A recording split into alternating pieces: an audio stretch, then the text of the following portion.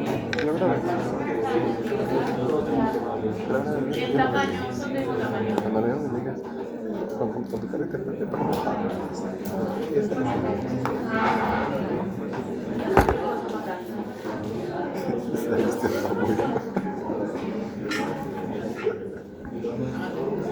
A mí ahí les he dicho tu abuelita, son pendejas. Sí les he dicho.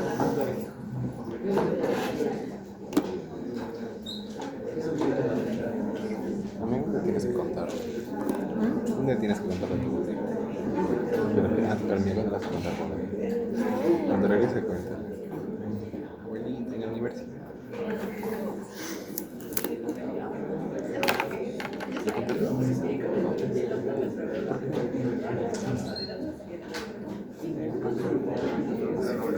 Ya sabemos de que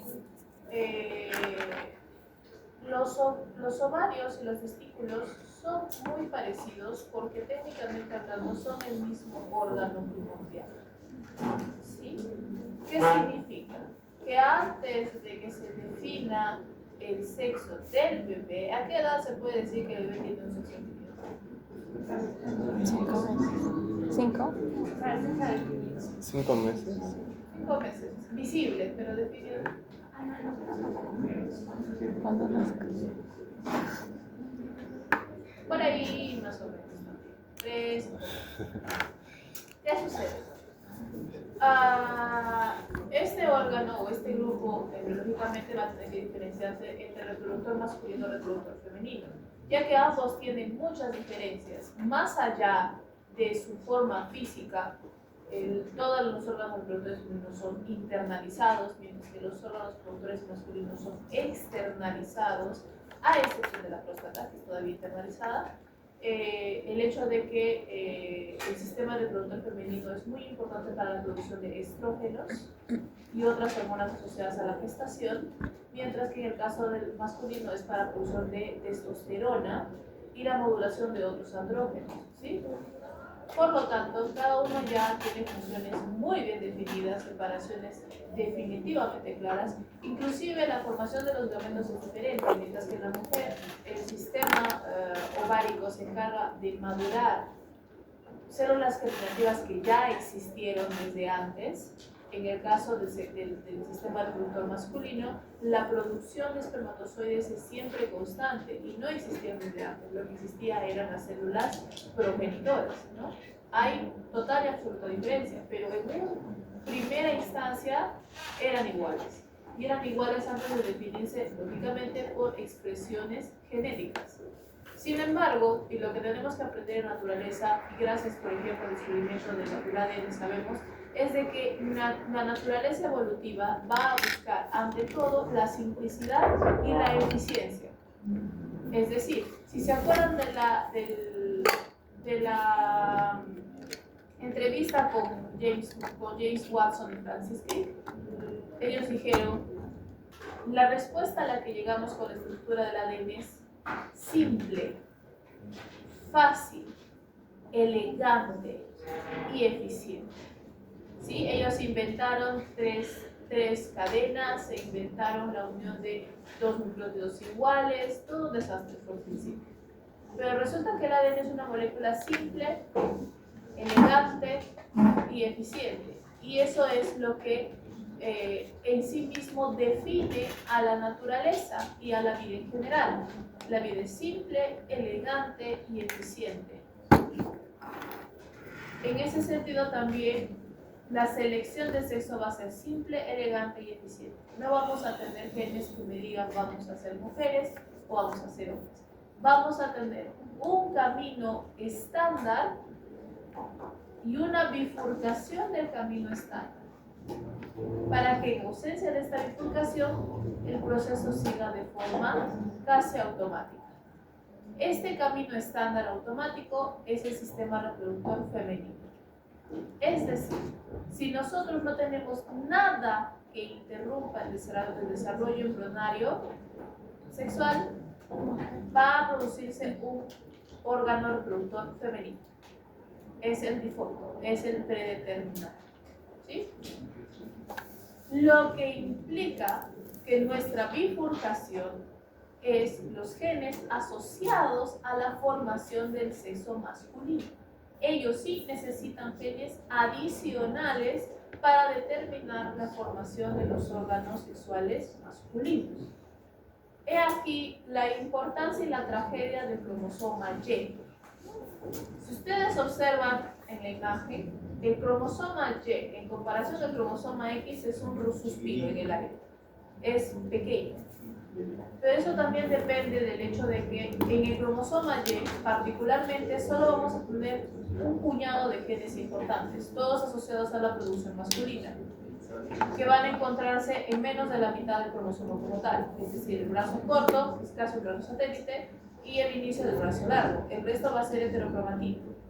Es por eso que se ha encontrado de que el cromosoma Y se va acortando a medida de que pasan grandes generaciones, no pequeñas, grandes generaciones. Es decir, ¿qué es lo que es probable? Es probable que se acorte más esta zona de aquí abajo, que es la zona de heterocromatina. ¿Sí? Eso implica ciertas ideas. Primera idea importante. El cromosoma X tiene mucho más que solo genes asociados a la producción femenina. Porque como este es un proceso prácticamente predeterminado, el cromosoma X va a tener genes adicionales importantes para el desarrollo del cuerpo. El cromosoma X lo tenemos ambos, tanto varones como mujeres. Por lo tanto, es indispensable. Mientras que el cromosoma Y es diferenciable, es decir, permite la diferenciación a un sexo masculino. Pero si no lo tenemos, no vamos a morir, solamente va a producirse un sexo femenino.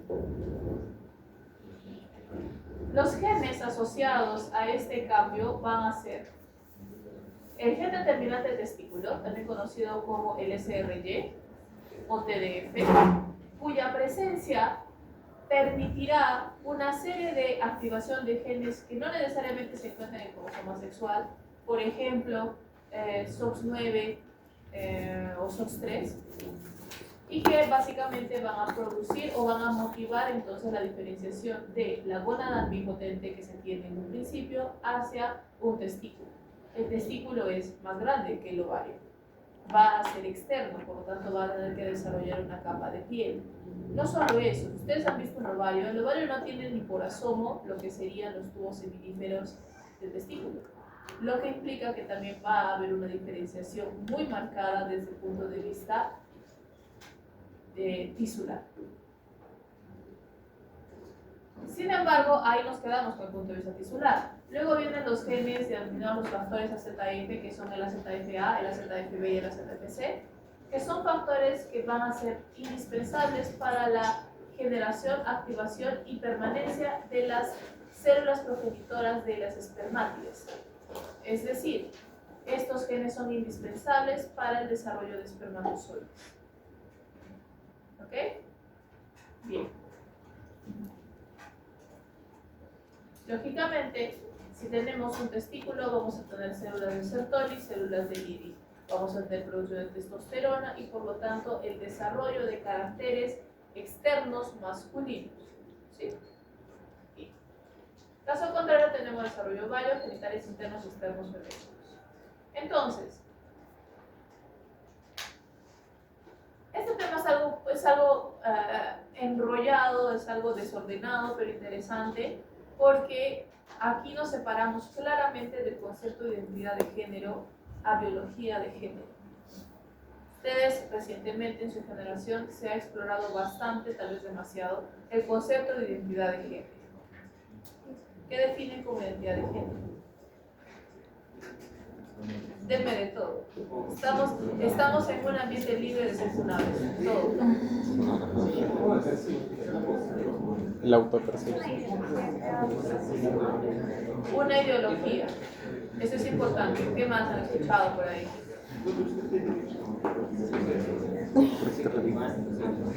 Pero obviamente, si hay personas que son los abogados más grandes de identidad de género y dicen que es una ideología, se ofenden y mal. Ese es el gran problema. Si es una ideología, si nosotros nos basamos desde el punto de vista biológico más puro, XX o XY. Fin. Real, fin. ¿Por qué? Es completamente válido que una persona no quiera tener el sexo que quiere. Yo a psicología no le entro. Es completamente válido que una persona quiera cambiar su sexo producto de su ideología. Una apuesta muy arriesgada, pero bueno, autonomía de cada persona. Eso no hará que cada una de sus células siga siendo XX o siga siendo XY. No va a haber manera de que eso lo cambie. Puede cambiar todo el externo que quiera, pero eso sigue siendo una realidad. ¿Y por qué es importante definirla como tal? Como pueden ver, existen cambios genéticos, diferencias, ¿sí? Hay genes diferentes, hay respuestas biológicas diferentes. Por más de que queramos negarlo, eso es en lo que el cuerpo va a avanzar. Y ese es el famoso género biológico. Por lo tanto, si bien, por ejemplo, su dogma como médicos es no discriminar en el tratamiento de ninguna persona por ideología, política, de género, etcétera, etcétera, etcétera, ustedes igual tienen que decir a la persona, señor, señora, señores, usted, ¿qué género biológico tiene? ¡Ay, no! Es XX o XY. Eso no es importante para definir su enfermedad y su tratamiento. ¿Sí? Fuera prejuicios, fuera ofensas. Es necesario. Y es más necesario aún cuando entremos a este tema porque lo que les acabo de decir lo vamos a echar por el tacho. Podemos tener mujeres XY y hombres XX. ¿Qué pasó? Una anomalía genética. ¿Normal? No. ¿Esperada? Menos. Sin consecuencia, absolutamente no. ¿Sí? Y eso es lo que vamos a explorar ahora. Entonces, la introducción de cómo se define el sexo es importante. ¿Por qué? Porque lo que vamos a tener va a ser intercambio, translocaciones, deleciones y duplicaciones de los genes asociados entonces al desarrollo de los sistemas reproductores. Lo que también se conoce como los trastornos o anomalías del desarrollo sexual o los TDS. ¿Sí? Entonces, ya hemos hablado respecto al cromosoma X y su cromosoma Y y su importancia en la definición del género masculino. Ahora hablemos del cromosoma X. Bajo lo que yo les estoy explicando, resulta de que el cromosoma X se encuentra también en una posición delicada. Si dejamos las cosas tales y como están, técnicamente hablando tenemos una dosis genética mayor para la mujer respecto al cromosoma X que el varón. Que la mujer tiene 2 copias, el varón tiene una. Por lo tanto, habría un desequilibrio cromosómico aparente. Tendríamos que controlarlo. Es decir, hacer que la mujer igual aparentemente tenga solo un cromosoma X, lo que se conoce como un proceso natural esperado llamado la inactivación del cromosoma X. Ese sí lo conocen, ¿no? La inactivación del cromosoma X es un proceso a través del cual se silencia uno de los cromosomas X para que haya un equilibrio genético, es decir, que solo se exprese igual una de las cromátides. De esta manera nos encontramos en equilibrio con los varones y no existe una dosis genética ni menor ni mayor. Este proceso de inactivación es completamente aleatorio, lo que implica de que se produce un mosaicismo completo dentro de la mujer, porque cada célula escogerá inactivar un cromosoma diferente. Acá lo importante es que igual se inactiva uno de ellos. ¿Sí? Bien. Ahora sí entramos entonces en algunos detalles. La manera más sencilla de explicar, por lo tanto, los trastornos sexuales tal vez sean los primeros descritos conocidos como las aneuploidías, acá se encuentra el hermafroditismo entre otros, y finalmente el favorito de todos, el síndrome de Klinefelter.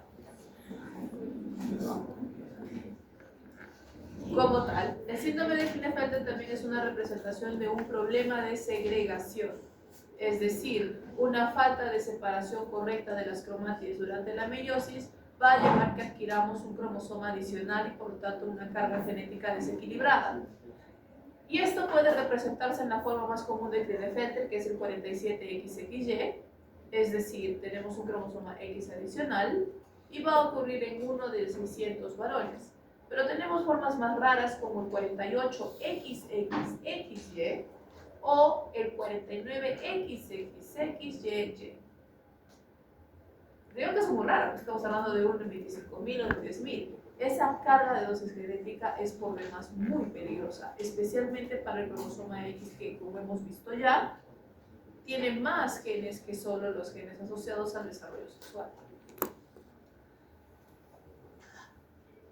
También veremos hoy lo que es el TDC testicular XX, es decir, varones con genotipo XX. Y su contraparte es, en el caso del femenino, el síndrome de Turner, que puede ser más que nada la pérdida del cromosoma X, que es en este caso 45X. ¿Por qué el síndrome de Turner afectaría a la mujer? Porque independientemente de que haya uno o dos cromátides, el proceso de inactivación igual se produce. Si solo hay una cromátide, complica la trama, ¿verdad? Podemos tener una pérdida completa o parcial del cromosoma X adicional en la mujer, lo que se conoce como el 46XQ, que leído en cristiano es, perdón, creí que podía,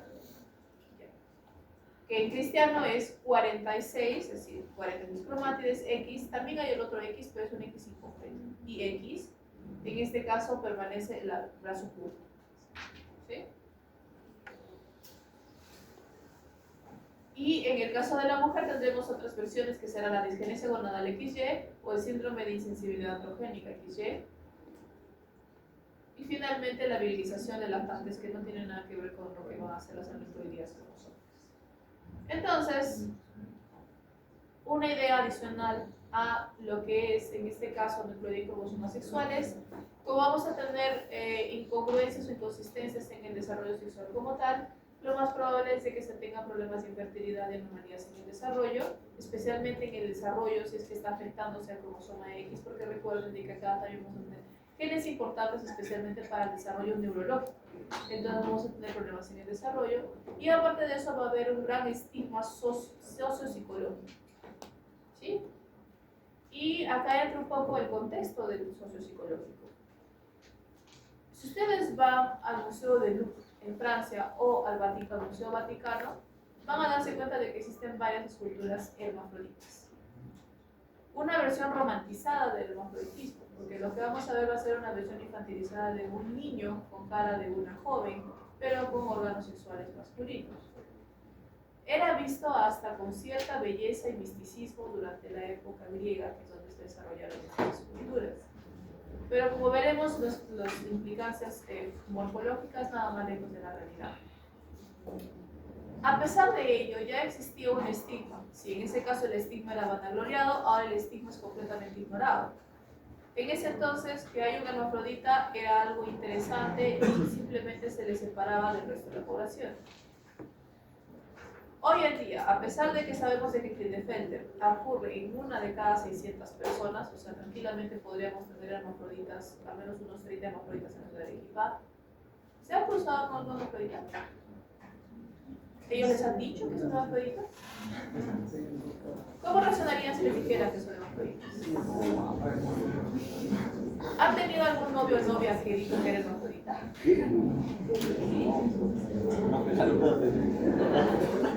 ¿Se imaginan una relación con un hermafrodita? Sus reacciones me dicen todo respecto a la idiosincrasia de nuestra sociedad. Sus reacciones fueron viscerales y naturales. ¿Qué reacciones he tenido? Incomodidad. He tenido, bueno, ¿cómo se puede decir? Se han sonrojado. Hay una incomodidad directa. Algunos han entrado en pánico. Su risa no ha sido otra señal de que están nerviosos, no saben qué hacer con esa información. Hasta lo han pensado imposible. Se han cuestionado sus amistades. Es una reacción directa de nuestra sociedad y nuestra idiosincrasia. Ahora, no se pongan en la situación que les he puesto yo, en el que ustedes entran en conexión con un hermafrodita. Pónganse en la situación de que ustedes son el hermafrodita, chicos. Pónganse en la situación en la que ustedes son de la hermafrodita y ahora son testigos de estas reacciones. Complicado, ¿sí? No tiene que decir nada para darse cuenta de que esta persona no es bienvenida en el círculo social cercano ni lejano de ninguno de ustedes. Esto directamente implica, por lo tanto, como lo que estamos mostrando en la diapositiva, niveles más bajos de adaptación psicosocial, desarrollo educativo detenido, rendimiento laboral e independencia afectados e inclusive con dificultades para formar una familia y aspectos sociales. Así que no va a ser raro encontrar en personas con este tipo de síndromes, más allá de sus problemas fisiológicos, problemas psicológicos como depresión, ansiedad y pensamientos suicidas. Como les digo, en la época griega fue muy romantizado, pero es una situación muy complicada más allá del aspecto biológico. En el caso de Klinefelter tenemos que va a ser relativamente común, vamos a tener un fallo en la recombinación y crossing over de los cromosomas sexuales. Lo más probable es de que, si bien se va a producir un XXY, también se puede producir un XXY parcial, lo que va a ser una pérdida de cromosomas de genes importantes como los genes AZF, lo que puede llevar a fallos en las células germinales y por lo tanto infertilidad congénita. Es decir, hay una formación incompleta de los órganos masculinos o femeninos, ya que vamos a tener una doble carga genética de los genes asociados a la diferenciación femenina, compitiendo o antagonizando los genes expresados en la formación masculina. Es decir, en palabras sencillas, nadie se pone de acuerdo. ¿Qué hago? ¿Me voy para allá? ¿Me voy para acá? No sé. Entonces lo que vamos a tener va a ser deficiencia persistente en andrógenos, por lo tanto una formación externa masculina incompleta, disminución en el tono muscular, libido y densidad mineral ósea, que pueden ser características asociadas con una formación femenina. El estrógeno, sorprendentemente, hasta cierto punto no ayuda mucho en la absorción de calcio. Las mujeres son más propensas a sufrir de osteoporosis por ello, especialmente a partir de avanzada edad. En el caso también de los varones van a tener una formación más androgénica que completa. Por lo tanto, va a haber caderas anchas, torso angosto, manos pequeñas y hipogonadismo, ¿no? Va a haber una formación incompleta y algunas características externas, normalmente empujadas hacia una formación femenina. Algunos casos van a tener un aspecto mosaico, es decir, que no todas las células van a ser 47XXY, algunas células van a ser 46XY, lo que va a hacer que esta apariencia o estas características sean sumamente variables. En algunas personas va a ser menos notorio que en otras.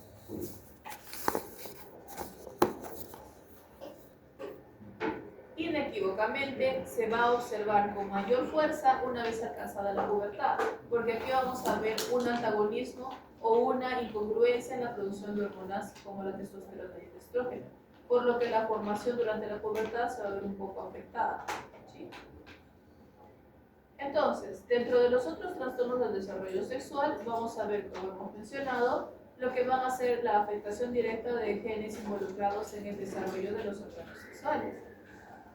Por un lado vamos a tener una disgenesia gonadal XY, es decir, una mala formación de las gónadas masculinas, que puede producirse por mutaciones en el gen SRY, que pueden ser mutaciones de pérdida de función, es decir, que SRY no tiene una función definida, y por lo tanto la formación de los testículos como tal, corta. La persona es XY, pero como un Y inservible. Por lo tanto, no se generan los órganos masculinos. Lo mismo que fuera un XX por un X preinactivado. ¿Sí? En el caso de la duplicación de DAX1, DAX1 es un momento importante para el desarrollo ovárico. Si tenemos una duplicación, un aumento de función en DAX1, DAX1 también va a competir directamente con SRY y SOX9. Por lo tanto, va a motivar la producción de órganos sexuales femeninos a pesar que tenemos un fenotipo XY.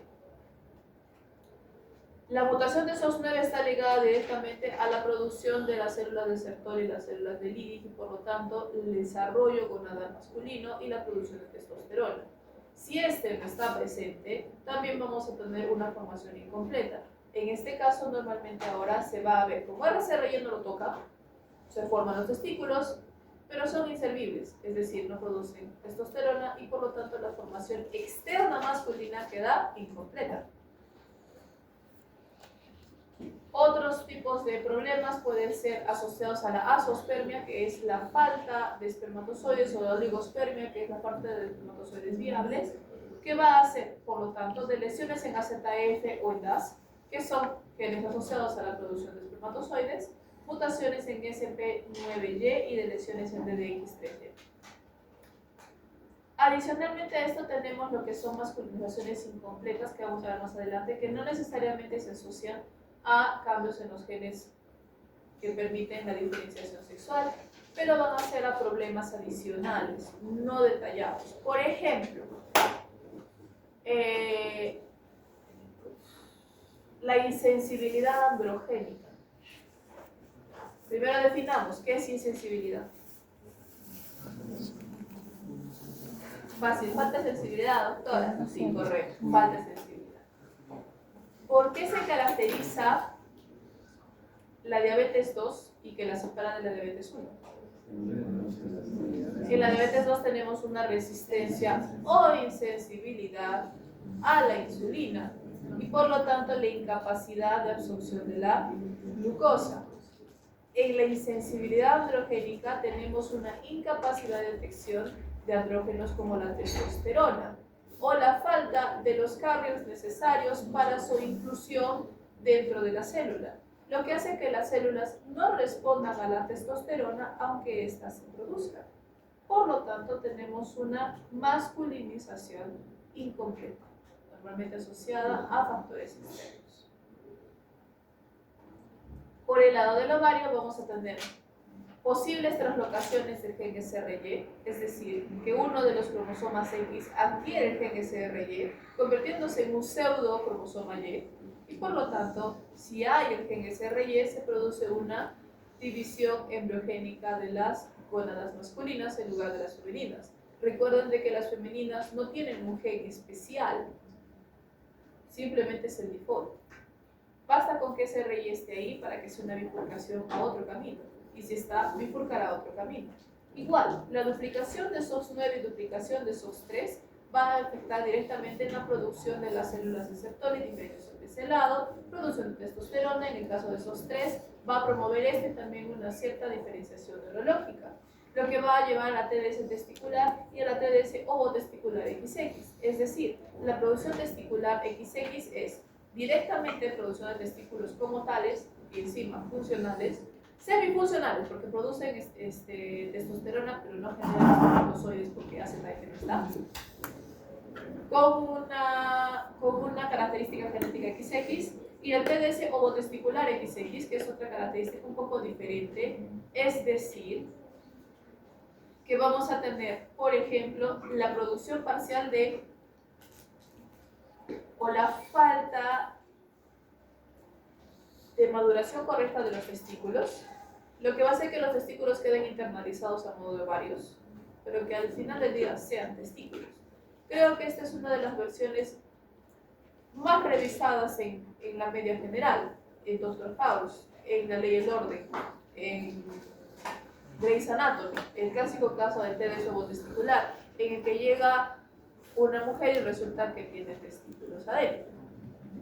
¿Sí?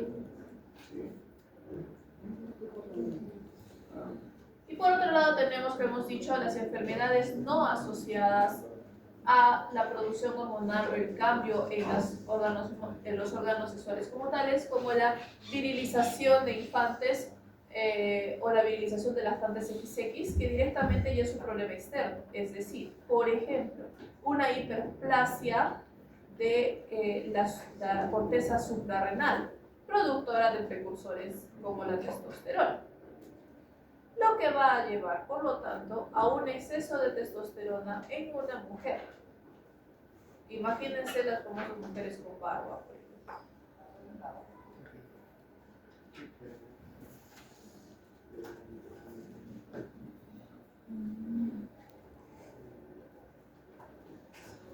Muy bien, vamos a entrar a uno por uno. Son 10. ¿Tienen un break? Sí. Ya, vayamos a comprar. Vamos, ¿qué hago? Responde o que no se alinea completamente a lo que los cromosomas o la combinación cromosómica nos dijeron. En este caso lo que vemos son varones XX o son mujeres XY, donde los genitales externos son con aspecto normal, pero del diseño cromosómico contrario. O en el caso de la mujer, genitales externos ambiguos. Como el síndrome de todo, no tenemos una disgenesia gonadal parcial. Entonces, en el caso 46XY, lo que vamos a tener va a ser, por ejemplo, para un varón que técnicamente es XY, pero se comporta como un XX, que también es posible, pueden ser de lesiones en el gen SRY. El opuesto directo es un 46XX, pero un varón al final, lo que refiere a que el gen SRY ha tenido una translocación hacia el cromosoma X y por lo tanto desarrolla gónadas, pero que estas gónadas no son funcionales porque la ZF no está presente, así que no se producen espermatozoides. Por otro lado, también tenemos asociaciones con el gen AX1 SOX9, en donde esos 9, como hemos dicho, normalmente asociado a una formación normal del testículo, vamos a tener que su falta del mismo va a hacer una mala formación o mal desarrollo de las células productoras de testosterona, por lo que vamos a tener más que nada entonces la formación de una persona en ausencia de testosterona, es decir, rasgos femeninos.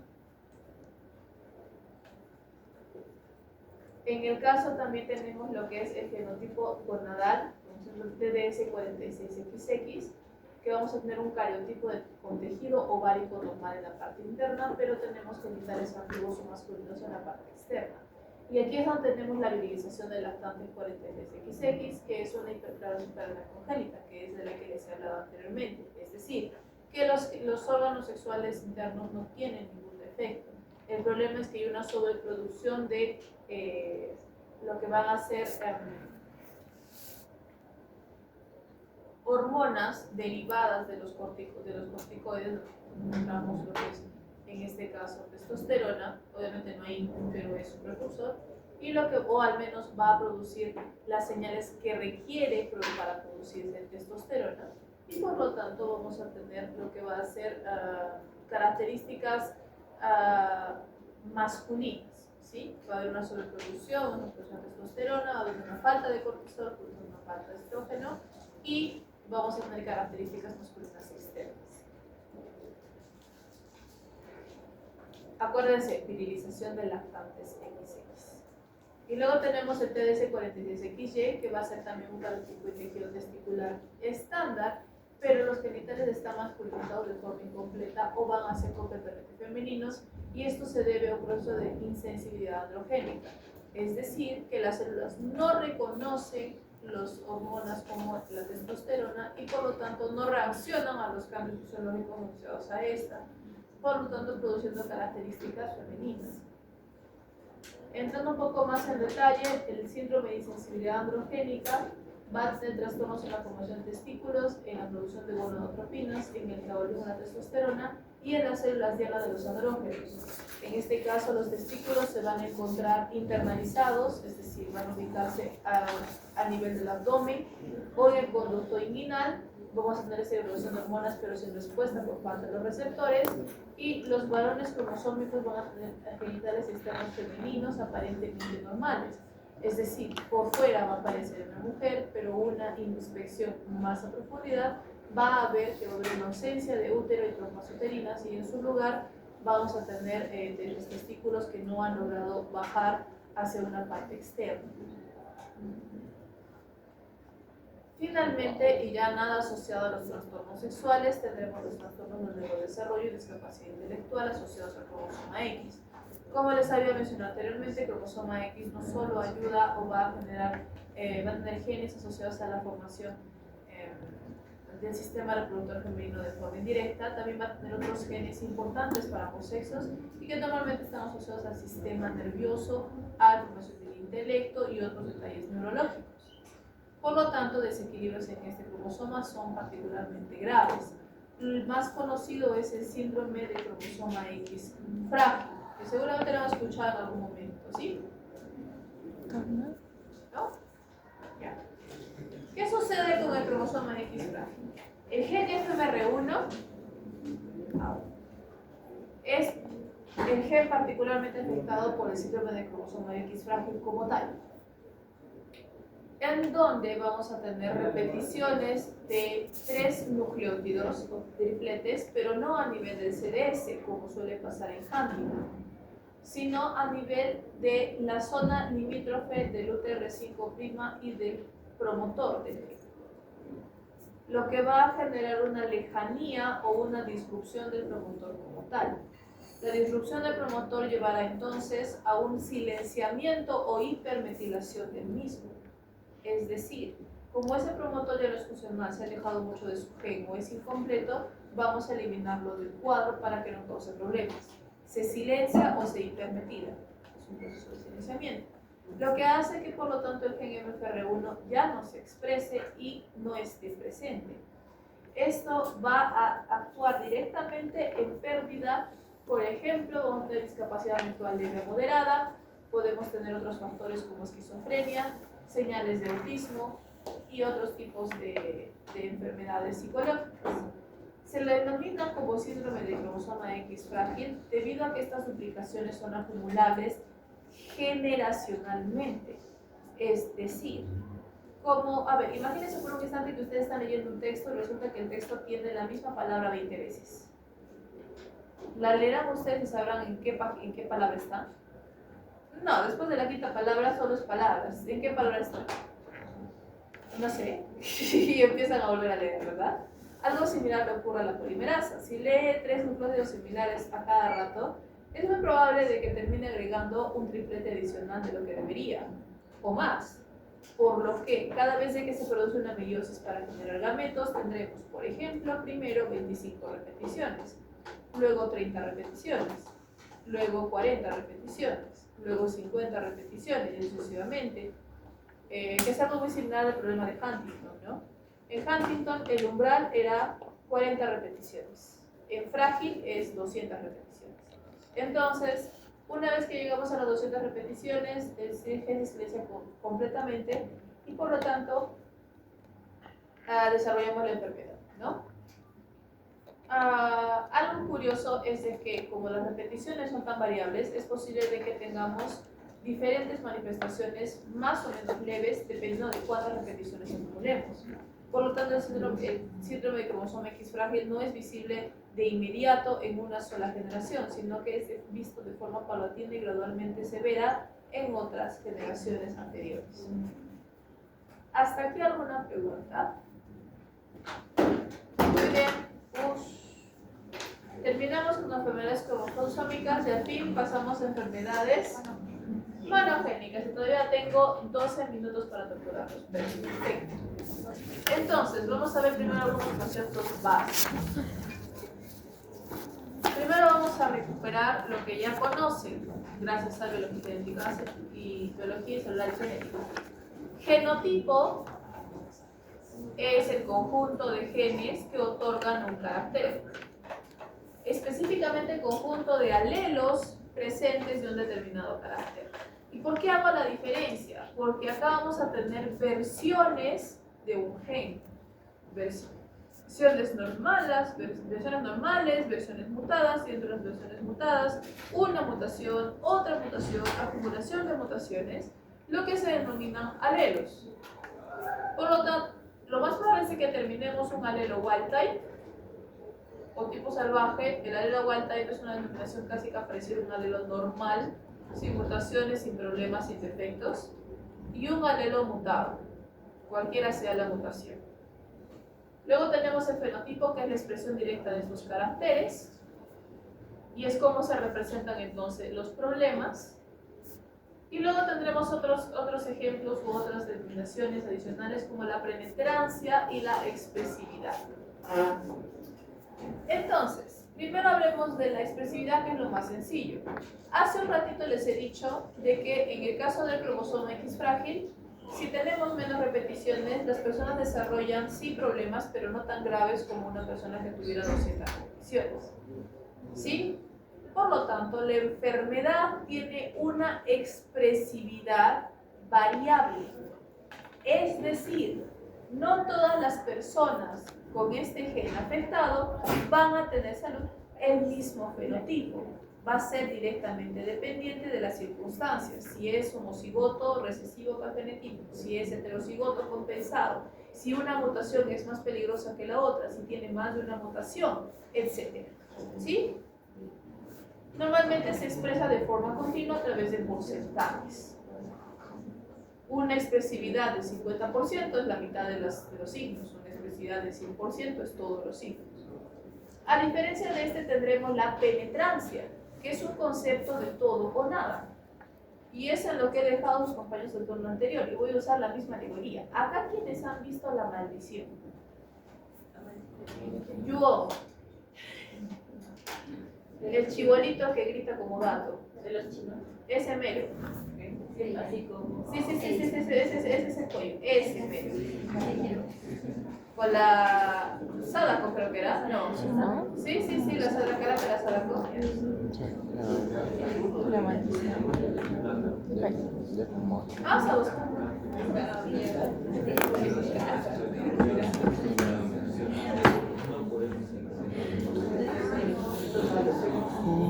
¿Sí? ¿Ya se acordaron? Es una maravillosa película, contra todo pronóstico, la idea es muy básica, pero... Yo tampoco. De hecho, Netflix tiene una serie llamada La Maldición del Origen, que no tiene que ver con la Sadako directamente, pero la serie captura perfectamente el espíritu aterrador de la película. Yo hasta ahora estoy acalambrada por ver las películas. Esa etapa. ¿Por qué hablo de Sadako? Bueno, para quienes no han visto la película, que es de mi chiquititud, así que no los culpo, súper antiguas la mención. Trata de lo que se conoce como un onryo, que es un tipo de fantasma japonés que suele ser un espíritu chocarrero, como lo conocemos nosotros, producido por una muerte violenta. No se detiene, no conoce de piedad y no mira al fin.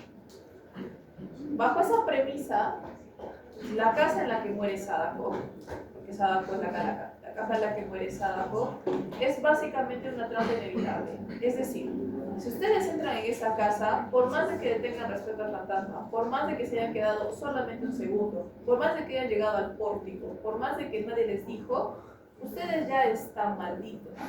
Y Sadako los va a matar. No importa si le hacen, porque a diferencia de eso, por ejemplo, en el aro sí podíamos escapar de la samara, ¿sí? Pero en la maldición es aterradora porque no hay escapatoria. Entras, te mueres. No importa si eres protagonista, el gato, el cocinero, el barrendero, el basurero, o si eres el protagonista, un personaje secundario o un cambio. Entra, se muere. Eso es una penetrancia completa. No importa si llevan la mutación de forma heterocigótica, si la llevan de forma dominante, si la llevan de forma recesiva.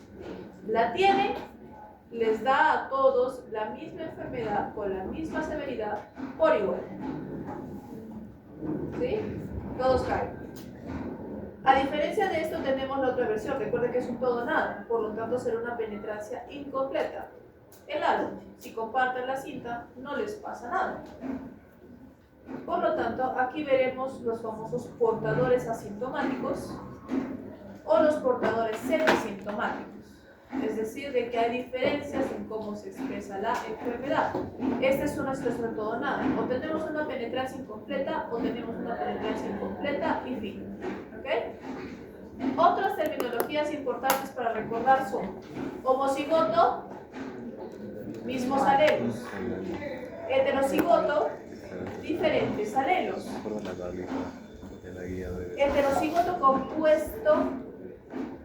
¿Qué es eso? Un heterocigoto compuesto es aquella persona que tiene diferentes alelos, pero ambos están mutados. Es decir, no es la misma mutación. Son mutaciones diferentes, pero se comportará como un homocigoto afectado de la enfermedad.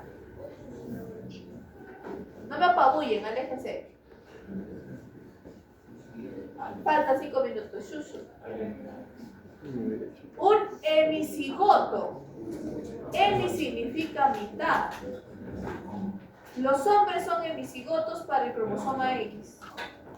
Eso es un hemicigoto. Solo hay una copia. ¿Okay? Penetrancia ya la hemos visto, expresividad ya la hemos visto. Las enfermedades monogénicas como tales van a asociarse a una enfermedad desarrollada por la mutación de un único gen. Por eso se llaman monogénicas.